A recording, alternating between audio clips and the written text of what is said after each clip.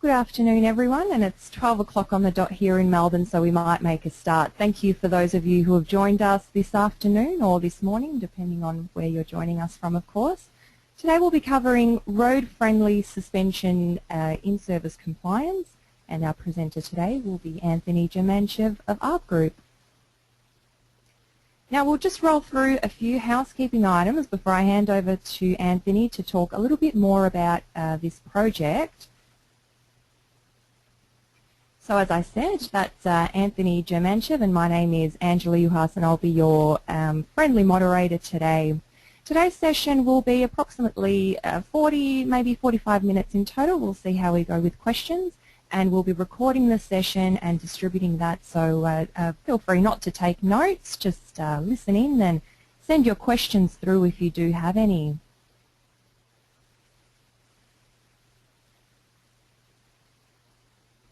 As I mentioned, the questions, this is what makes webinars most enjoyable, ladies and gentlemen, so please don't be shy. If you have any comments or questions or feedback along the way, type those into your questions box and we'll monitor them at our end, and I'll make sure Anthony addresses those during the course of the presentation. Now, without further ado, I will introduce Anthony Germanchev. As I said, he's one of our own here at ARB Group, based in our Melbourne office. So Anthony, can you tell me a little bit about yourself and your role with respect to this project? Thanks, Angela. Thanks for that introduction, and hello and welcome to everybody participating in today's webinar. A little bit about me. Well, I've been working at ARB for 10 years now in the freight and heavy vehicles team, and for some time now leading that group, and that group consists of half a dozen engineers, including mechanical and civil engineers, and a lot of our work centres around the performance of heavy vehicles, but also the impact that heavy vehicles have on the asset, whether it be the pavement, infrastructure, bridges, and so on. And this project really, it does bring together a lot of the expertise of the heavy vehicles team and other parts of ARB regarding the road friendliness of suspensions and the impact that has on pavements. And I understand this is a bit of a joint venture between ARB and Transport and Main Roads over in Queensland? Yeah, I'll just move to the first slide here, which shows the webinar outline. And a lot of the content of this webinar is the result of the efforts that have been put in between ARB and CMAR, looking at a review of road-friendly suspension in-service compliance. So by the end of this webinar, we'll be sharing those findings with you. And you should be able to answer these questions. Firstly, what is RFS? What do we mean by road friendliness? And what is the in-service compliance component of this? Why is it important? And we'll really be doing that by taking you through a summary of the previous research done on this topic, including the knowledge gaps and the areas really that need further investigation, and then where to next. So the project with ARB and TMR is about reviewing RFS and in-service compliance, but really with the aim of coming up with a solution to improve the performance of suspensions and therefore maintain our network, our road network. Well, I myself am keen to learn more, Anthony, so I look forward to the presentation. Thank you. Thanks, Angela. Okay, to set the scene for this topic, let's provide a little bit of background and why RFS is so important. It's because vehicles that have road-friendly suspensions are afforded mass benefits, so they can operate at higher masses than other standard vehicles. Now this is music to the ears of any transport operator, because the more mass, the more payload, and that is a direct link to the bottom line of any transport operator's business. So the mass benefits come through a scheme called high mass limits. So there are roads that are classified as being part of the HML network, and you have access to this network if you have a vehicle fitted with RFS. And just to give you an idea of the increases that you can get for a tandem group, general mass limits, so a standard vehicle would get 16.5 tonnes. For a HML, you can get 17. You can get an extra half a tonne. For a tri-group, you get a little bit more mass. You go from 20 tonnes as a general mass limit to 22.5 tonnes for a HML limit. So there's quite an increase in payload there available to you. The other important part of the background is that we know suspension performance degrades over time. So when you roll out a new truck with new suspension on day 1, it'll be very different to day 365 or even longer in the vehicle's life. Now, the main wearing component of a suspension system is a shock absorber. Shock absorber, without providing too much detail, provides the damping as part of the suspension system, and this damping effect reduces over time. So we know that that is wearing away, and therefore the road friendliness may be degrading as well. So it's necessary to monitor this, and if possible correct the degradation to maintain those benefits that a road-friendly suspension provides on day 1 throughout the suspension's life. Now, if there are any terms there regarding damping and road friendliness, I will go into detail through the actual requirements. And that really, fortunately, is captured in one single document. So to answer the question, what is road-friendly suspension? It's any suspension that complies with this Vehicle Standards Bulletin, VSB 11. And there are black and white numbers on what is road-friendly. It must achieve load sharing.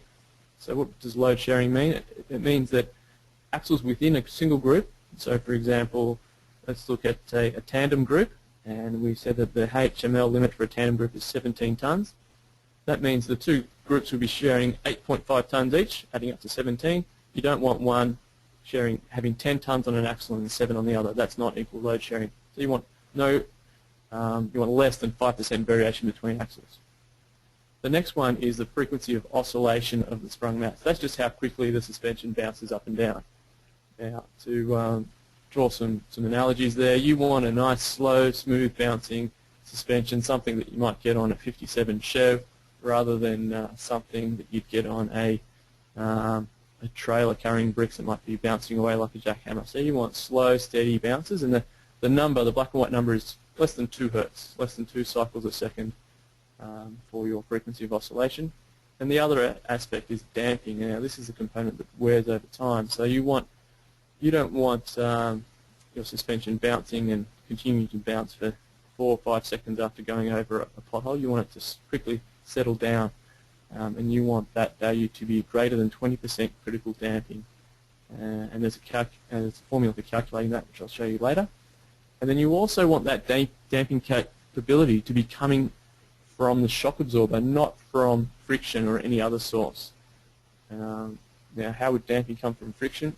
For mechanical suspensions, in particular leaf spring suspensions, which are I guess the older type of mechanical suspension that you see on some trailers and trucks, they would have friction between those leaves moving, and that would cause damping.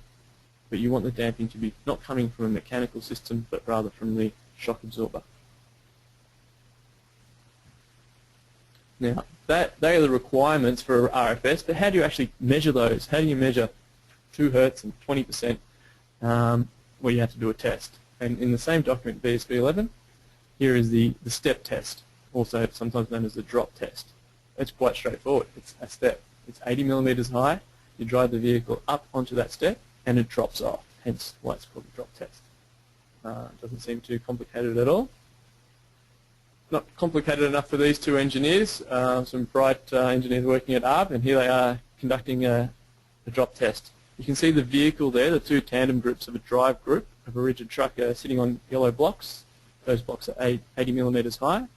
There's a large white metal bin, I guess, that's full of test weights. You have to actually get the test weights spot on within a very tight tolerance of the test load of 17 tonnes. And you can see the 2 engineers poised there with the ropes tight, ready to pull those blocks out of the way, and that is because as soon as, if you could imagine that vehicle driving forward slowly, the second axle would strike that first yellow block if it was to remain in place. I guess that was something when they designed the VSB 11 test they didn't think of. It would be okay if it was a single axle, but with tandems, you need 2 people on hand to save the day. And the other thing that you need to measure the bounce of the vehicle as it falls off this step are sensors. So you might be able to make out there, but there's a zoomed in picture of a linear transducer that you can fit to the axle, and that will measure the displacement of the axle relative to the body over time, and it'll show you how quickly the vehicle bounces, and therefore you can check it against those requirements. Now that's pretty labour-intensive method, especially when you think about all the vehicles that must be tested. So ARB have developed the Road Friendly Suspension Analyzer, and you can see there are 3 platforms there. So this can test tri-axle groups, and these blue platforms have load cells. So it's like a set of scales, like electronic scales, that if you stand on, it will tell you how heavy you weigh, but also if you bounce up and down, it will say how much your weight fluctuates. So therefore, you don't need to have any other instrumentation, and you can get a live read of the vehicle's weight as it oscillates. It doesn't even have to drive forward because these rigs raise and lower. So there you can see an actual tyre positioned on that load cell. This is from some research that ARB did, so you can see there's a hub-mounted sensor also on that tyre, and that's the Road Friendly Suspension Analyzer, making it far more efficient and accurate to do drop tests. So now we know the requirements, the test procedure, and the tools for completing a Road Friendly Suspension certification test. Here are some shots from some tests in action. So you can see here's a semi-trailer positioned on the Road Friendly Suspension Analyzer. And now you can see that there is a data trace below. And that's the data trace of a good performing road friendly suspension.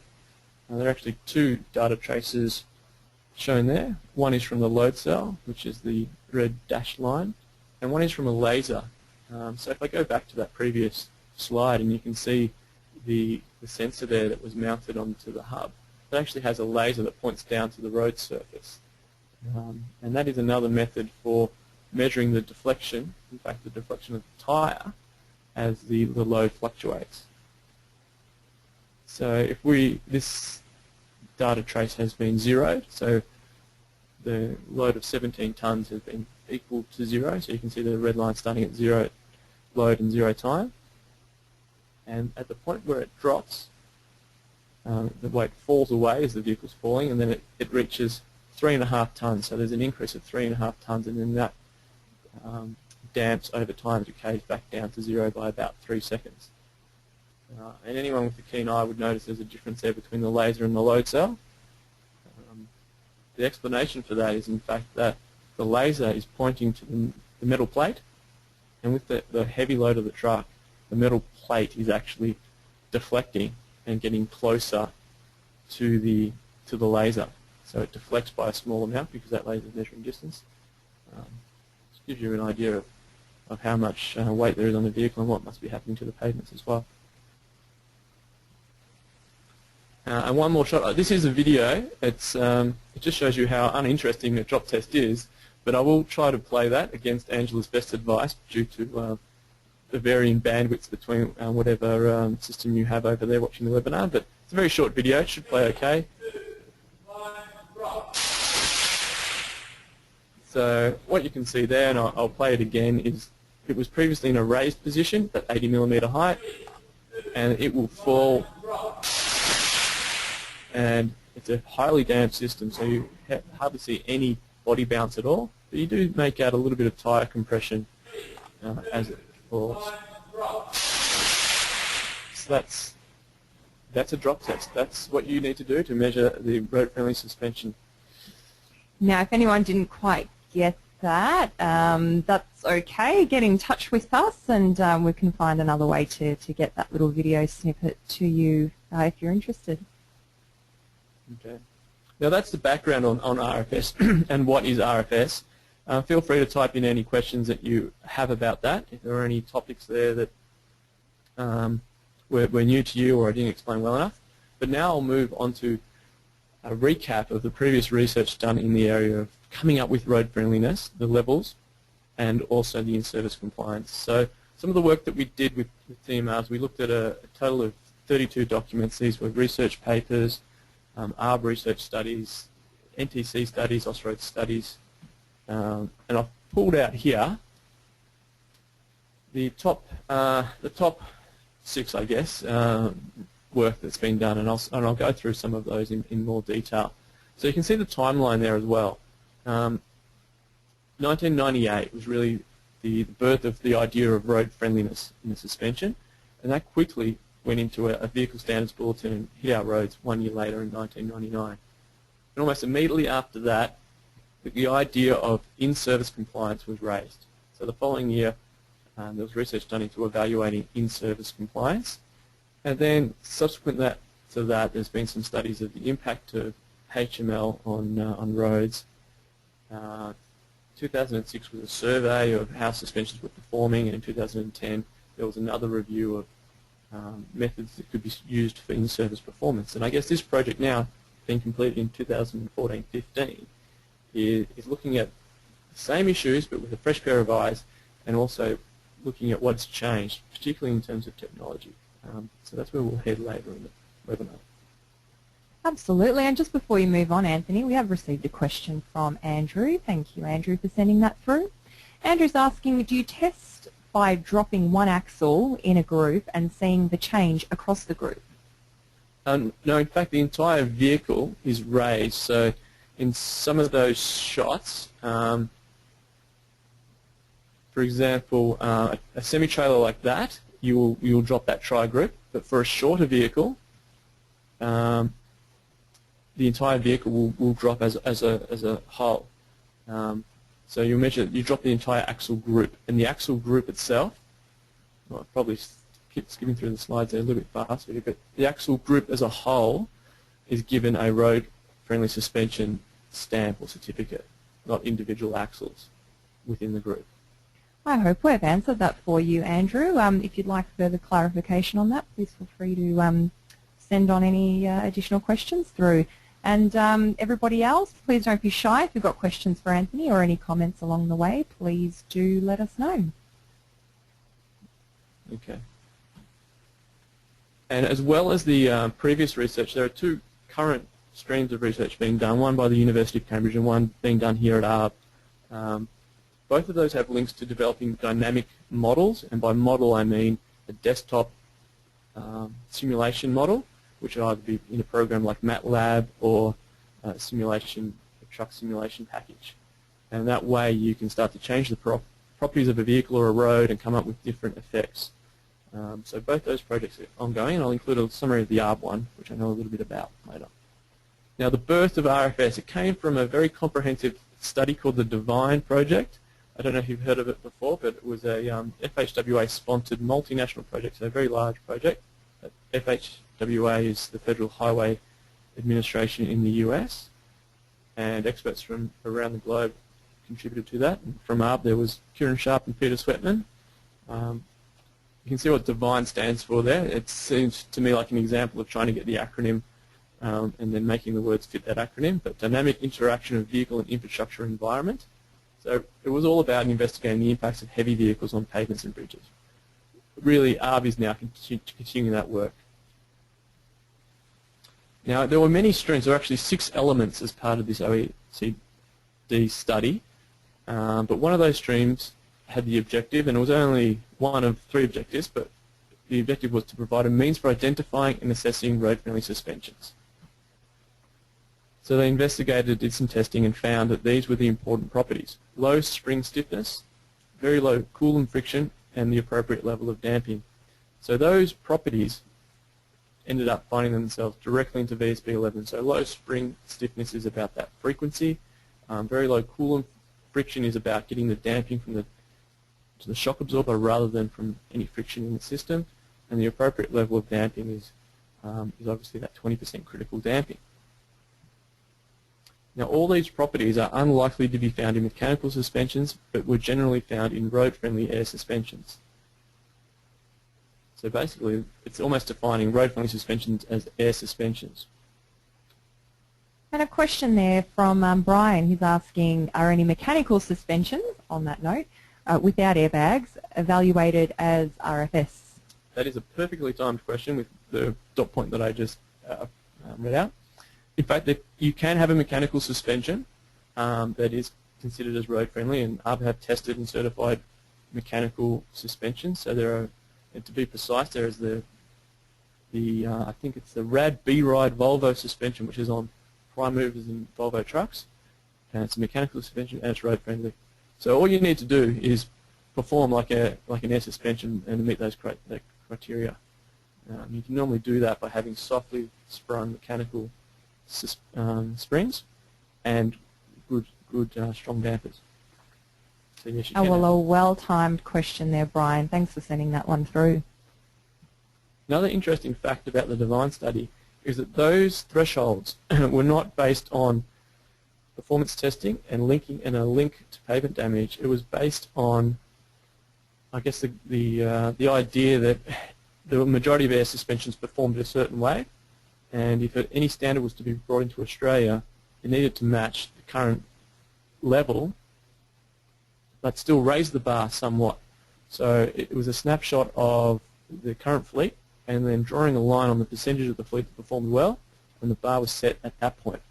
So that was very interesting, and it leaves a gap somewhat in trying to make a link between road friendliness and a direct correlation with pavement wear, because it was really just based on the current performance at the time. So those standards, the current performance at the time, matched up with these levels which we covered before. But importantly here, and the final dot point there in bold, is that there were no in-service requirements defined. So that means it's a certification test only. You do your test on day one, and then you're safe to go for as long as you operate that vehicle. Now, the only, I guess, means of making sure that you maintain your vehicle is that individual parts are linked to your certification. So you'll get a part number for your shock absorber, and if your shock absorber needs to be replaced during normal maintenance, you have to replace it with the same one. You can't put a cheaper aftermarket one on. But still, there is no testing to make sure it's performing as it was on day one. Now, to go into these damping and frequency definitions a little bit more, I know this is a free webinar, but people don't feel like they've got their money's worth if you don't show them one or two formulas. This is a simple formula, but nonetheless. This is frequency. So frequency is the amount of cycles. So this is the natural frequency of the suspension. You can see that the frequency doesn't change over time. It will continue to oscillate at that rate. So all you do is you measure that rate. That oscillation is referred to as the period in seconds. So here's your formula. 1 over the period equals your frequency. So it cycles 0.71 seconds, so the frequency is 1.4 hertz. That is a good frequency. It's less than 2. So that's a pass. And the other component is damping. So we're looking at the static load of 17.44 tons. So that's our starting point. The peak load after it's dropped gets to 23 tons, and then it decays down to 18.3.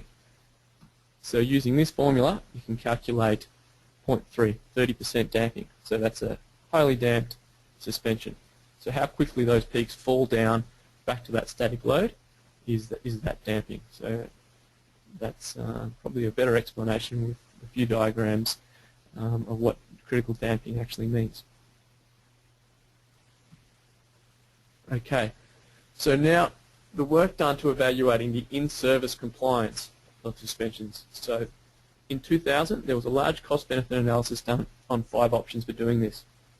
That was a replacement scheme, so actually to take the shock absorbers off the vehicle at regular intervals and replace them, or not just replacing them, testing them and then checking if they needed to be replaced, an annual inspection including a drop test, periodic inspection including a drop test, or random inspections including a drop test.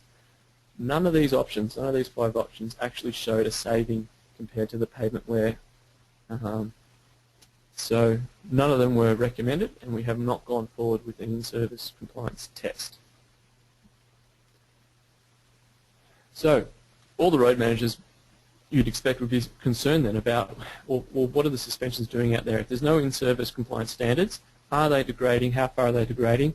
So in 2006 there was a survey, and ARB hit the road at the Marulan checking station in New South Wales to get a sample. So vehicles were pulled over close to the maximum axle loads and put on the drop test rigs. I was actually personally involved in this project. You might be able to recognise me. Or I thought I saw you there in the background. This is only sound only, but I am in the background of that shot. I'm not the one in the singlet and with the tattoo and the hat. So we surveyed a total of 150 vehicles, and these results show the number of air, mechanical and total vehicles. It also shows their registration. And we're in New South Wales, remember, but there are quite a number of Victorian registrations and federal registrations there. So the stats. So it was done in March 2006, and out of the total suspensions, the majority were air. All of these were less than 2 hertz, so that means they get a green tick. All of the mechanical suspensions were greater than 2 hertz, so none of those were road friendly. Then looking further, of the 26 air that were greater than 20 tonnes, so that means out of the 121 total air suspensions, only 26 were loaded greater than 20 tonnes. So that means we're actually qualified for a road-friendly suspension test because you have to be at the test weight. And 7 of these were less than 15% damping, which is a fail. 5 were close, but still less than 20%, and 14 were a pass, greater than 20%. So 14 out of 26 have got the pass mark. Compared to the mechanical suspensions, as you'd expect, the majority were less than 15%. 1 was close, and only 1 proved to be suitable for being road friendly.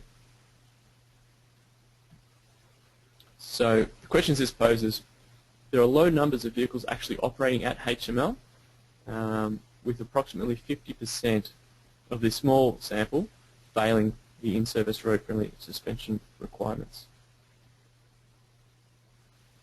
So we tried to, another aim of this project was to try to form a correlation between something that you could measure, because it's very difficult. We're not going to offer drop tests on the side of the road. It was proven in 2000 that it would be too costly to do that.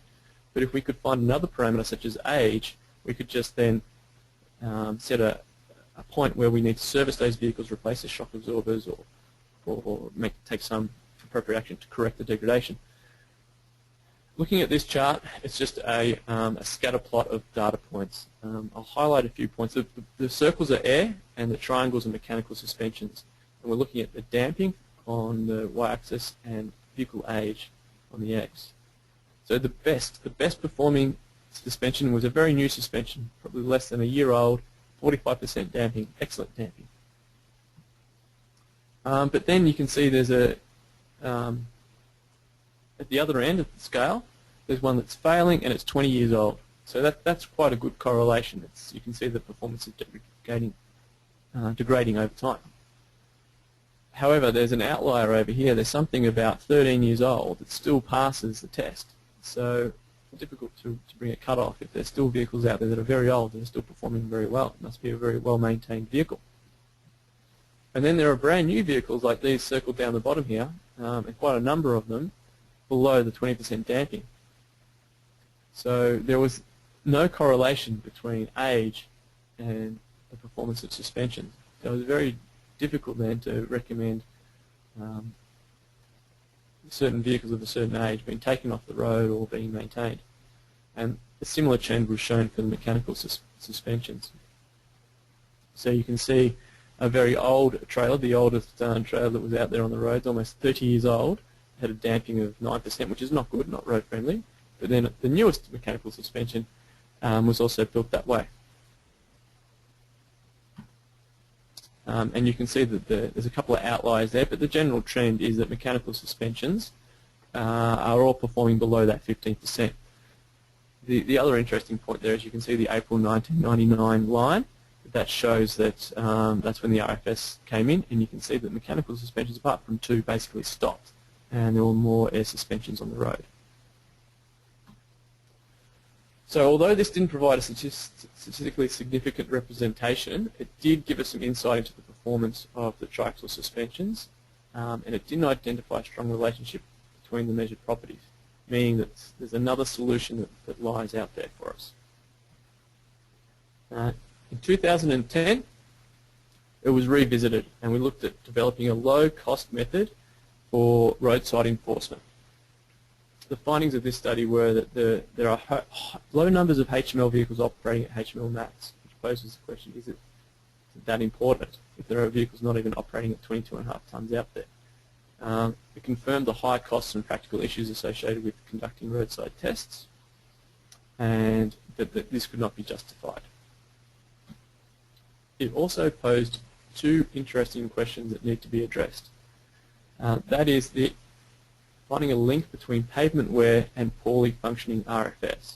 So what is the actual cost of a poorly functioning RFS? How quickly is it ruining the roads, if at all?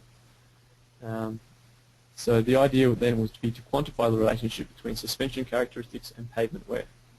And this would be critical for coming up with any in-service test criteria. Now, Anthony, we've had another question from Brian. I'll just alert you to that now before we move further into the presentation, because it relates to a previous slide. He's saying your slide shows trailer age and you're talking about vehicles. Did you distinguish if it was a drive axle or trailer axle group? Yeah, the vehicle age really should be labelled trailer age. We're only testing trailers, so when it says vehicle, it's just referring to the trailer. We only put the drop test rigs under the triaxle group of the trailer. Great, thanks Brian. You probably find that the trailers are a lot older than the prime movers, and prime movers normally get turned over sooner than the trailers. You wouldn't get very many 30-year-old prime movers out there. So where we are, before starting this project, we needed to know how damaging is an ineffective RFS, and also how important is pavement type. So in fact, we're posing more questions than coming up with solutions at the moment. So now, how are we answering these questions? There's some ongoing research. This is the ongoing research that ARB is doing. It's in fact the final year of the project. The idea is that we hit the road. We put these low-cost sensors, these laser sensors out there to measure the performance of suspensions. The idea is that we can collect information on how these vehicles are performing. And then that would then be able to be fed into a model, and we'd be able to change these parameters and really understand the effects that they have on pavement wear. So the question is, does modelling provide this solution? Will the in-service test combine some kind of a desktop study? The other thing that has changed since 2010 is the advancements in technology that are now offering potential solutions. So telematics technology has advanced. The tracking and location of RFS vehicles is now a reality and quite accessible. So there's a large increased uptake of these mass monitoring devices as well. So not only are we tracking the location of certain vehicles, we can actually determine how heavy they are as well. So the questions that we're looking at there is the suitability of onboard technology to provide a solution. Is there enough uptake to capture enough information about the fleet? And what other opportunities does mass monitoring provide? Now, here we're moving more away from past research into potential research. So here are some pictures of onboard mass monitoring devices. And you think about the similarity with the slide I showed very early on, where we fitted a transducer to the axle to measure a drop test with the guys with the yellow blocks. Well, now these sensors are on board most vehicles. So there's a pressure transducer on the red trailer and a load cell on the yellow. So this is part of everyday business. Operators will fit this equipment to their vehicles. We can tap into that, but not all operators use load cells or mass monitoring devices. But another option are these contraptions here. I don't know if this is familiar to anybody, but that's an electronic braking module. So these are becoming more and more common. Any ESC is mandatory on cars, and it's becoming mandatory on tanker vehicles, on tankers, and it's most likely on most prime movers, and a majority of trailers are now getting it as well. So this contains a lot of smarts. It can measure the mass as well.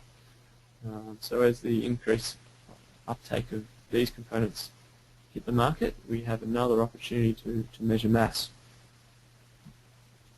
So where to next?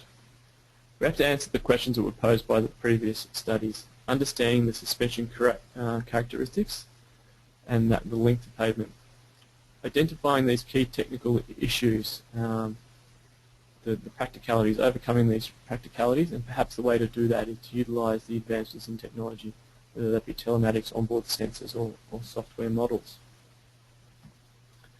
So now I'm really deviating to my idea of what the future looks like. So this is what's possible and work that ARB is doing for road safety, and it can be linked to road-friendly suspensions and pavement wear. So it's data collection, it's gathering information on vehicles that are operating on the network, and you can come up with a really good understanding of where vehicles are travelling and how heavy they are. So to take it to the next level, this is a visualization of data that ARB have captured. Now this is from an instrumented vehicle, so something that we put out there on the road with our own sensors on there, so it's not using the onboard sensors. As shown you before, it's ARB equipment, but it can be done for onboard sensors as well. And it shows two pieces of information on a Google map in 3D. In the yellow it shows the actual strength of the pavement, and then the blue shows you the mass of the vehicle as it travels over that. Now one thing you can tell immediately is that the yellow is very high resolution and defined, whereas the data on the mass is less, has a higher sampling rate, so it's a lot more blocky. So we need to improve the technology to a higher resolution and higher accuracy, but it shows the potential that's out there. And one way of improving that accuracy is, I guess, hitting the road again in terms of a survey, getting accurate data from a few vehicles and then perhaps tracking them as they head out on the road as part of their everyday business. And on-road trials, collecting vehicles, live data, and feeding that into our understanding of in-service performance. So, in summary, the final slide, the next steps are understanding and even accepting the knowledge gaps, working with the knowledge gaps. Perhaps we can't address them, but if we understand them and can come up with a solution that works around them, we can come up with an in-service compliance standard. Understanding the redundancy in the system is part of that. Do we have to test to the same standards as a certification? We could perhaps lower the standards and work with the lower accuracy of the systems that are out there currently. And to do that, we need to understand the current level of performance. So monitoring vehicle performance and analysing live data is part of that. So getting real data, getting a real understanding of what's happening now on the roads will provide us with more certainty and less risk, which I think all road managers would like the sound of that. Okay, well that concludes my slides and my presentation, so we have now time for questions. Absolutely. Well, we'll leave it open for another moment or two to get some questions through. Would you pop it over to the next slide, Anthony? I think that's got your contact details on it, actually. There we go. So if any questions do come to mind and we run out of time to address them in the next few moments, please feel free to touch base with Anthony at any stage. I'm sure he'll be very happy to talk to you. Isn't that right, Anthony? That's right. And Anthony, just on that note, you're presenting another webinar for us soon, a bit of a series, is that right? Well, I believe I am. It's the topic of rollover risk, and it's because we work in the area of heavy vehicles and the impact on the infrastructure, but also heavy vehicles performance, and the key performance indicator is really rollover. So we're looking at similar path, in fact, where we're gathering information about vehicles' performance on the roads, how that's linked to sharp corners, cornering speeds, and coming up with some safe recommended speeds and reducing the risk of rollover. That sounds great. Well, if anyone's interested in that, we will send you through some information once the webinar has concluded. And on that note, thank you, Mark, for getting your question through. So Mark's asking, would it be possible to build a damping profile or suspension performance profile of certified new RFS in use in a known loading or baseline condition, then use this as a means of future performance measurement? Anthony. Yeah, well, I'm just trying to get my head around that question, Mark. But so feel free to type a little bit more into that. But I think you're suggesting something that was actually proposed in the work that was done by the NTC in 2010, which was to actually get a sample of what's happening out there now, linked to what the actual vehicles perform like, and it's a range of performance. So it's not just a cutoff, it's a range of performance, and then you can make a threshold, say, let's aim for 95% or 90% of the vehicles to reach that threshold. And it's a very good solution. I'm surprised that that's come to you in a 35-minute webinar, because that was probably one of the great outcomes of that MTC study. And it's about accepting the redundancy in the current system to accommodate not a good enough, close enough is good enough solution, but what actually is important to protect the network, and what can we measure and what can we control. Mark's just saying, thanks, Anthony, and he's written there, so establish a baseline condition from which future degradation in performance may be judged. So I hope we've clarified that for you, Mark, and thanks for your question.